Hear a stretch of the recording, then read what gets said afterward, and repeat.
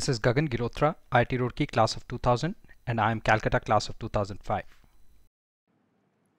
So in case of compounding, there may be situations where right at the point of time where the interest gets compounded, there may be a certain amount of installment which gets paid. Now let's look at this situation.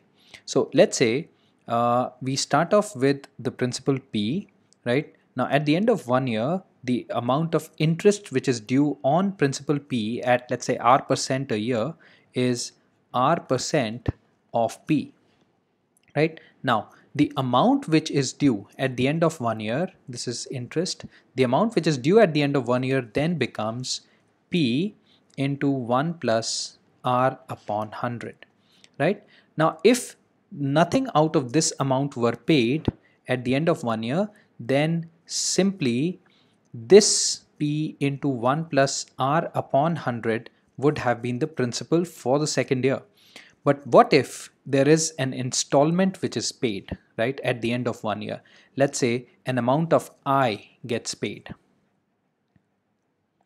right? So if an amount of I gets paid out of this amount, then the principal for the next year actually becomes P into 1 plus R upon 100, which is this amount minus I, right? Now if we are going to call this the amount, the principal for second year, right, P2, then the interest for second year, it becomes R upon 100 into P2, right?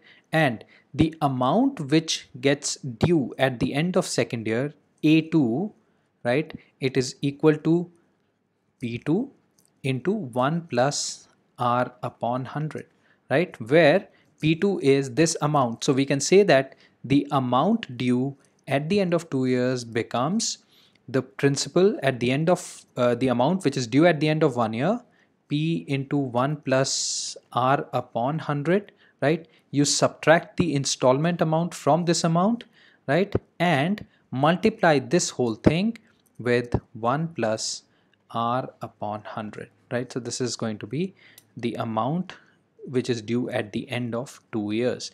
Now this formula may sound very complicated, and frankly you don't even need to memorize it. But if you have to, if you're given a situation, then you're just going to apply these principles and get the solution. Now let's look at a situation where a certain amount of money, let's say 100 rupees, has been lent for 2 years, right? So 100 rupees lent for 2 years, and it must be repaid in 2 equal installments. Now the condition that I've put here is it must be repaid in 2 equal installments, right? So let's look at this situation where 100 rupees has been lent at 10% per annum, right, and must be repayable. The whole thing has to be repaid in 2 equal installments. So let's start with the principal of 100 rupees. Now at the end of year 1, the interest amount which is due on 100 rupees is 10 rupees. The amount which is due at the end of 1 year is 110 rupees. Let's say the installment paid is equal to X rupees, right? So now the principal for the second year becomes 110, which was the amount due at the end of 1 year, 110. But out of this amount, X amount has already been paid minus X. This becomes my principal for second year. The interest which is due at the end of second year will be 10% of this principal, right? So the amount which is due at the end of 2 years now becomes the amount at the end of 2 years becomes 110 minus X, which is the principal at the beginning of the second year, plus the interest amount, which is 10% of this principal, 110 minus X, right? This is the amount due at the end of 2 years, and this amount must be equal to X, which is the second installment, because remember the condition was 2 equal installments, right? So if I equate this whole thing, the principal for the second year plus the interest due on the second year equal to the EMI of the first year, then I'm going to get my answer, right? And just a simple linear equation, the solution of this simple linear equation will give us the answer for what is the amount of equal installments that must be paid. Now, depreciation, it works exactly like negative compounding. So let's say if we are told that an article which costs 100 rupees, right, its value depreciates at the rate of 10% per annum, right, then the value of this article at the beginning of your purchase, right, at the point of your purchase, the value is 100, right, but over the year the value, it reduces by 10% of this 100. So that means the value has depreciated by a negative 10 over this 1 year, right? So the amount, the value at the end of 1 year is 90, right?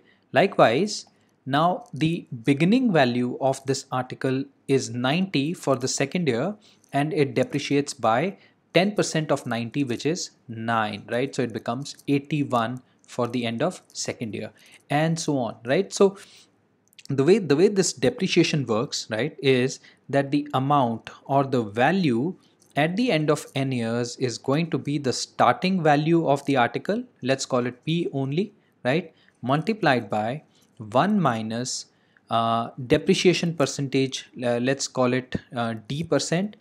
It is going to be d upon 100 to the power n, right? So the value at the end of n years is equal to the starting value multiplied by 1 minus d upon 100 to the power n, right? And this thing is going to follow all the rules of compounding.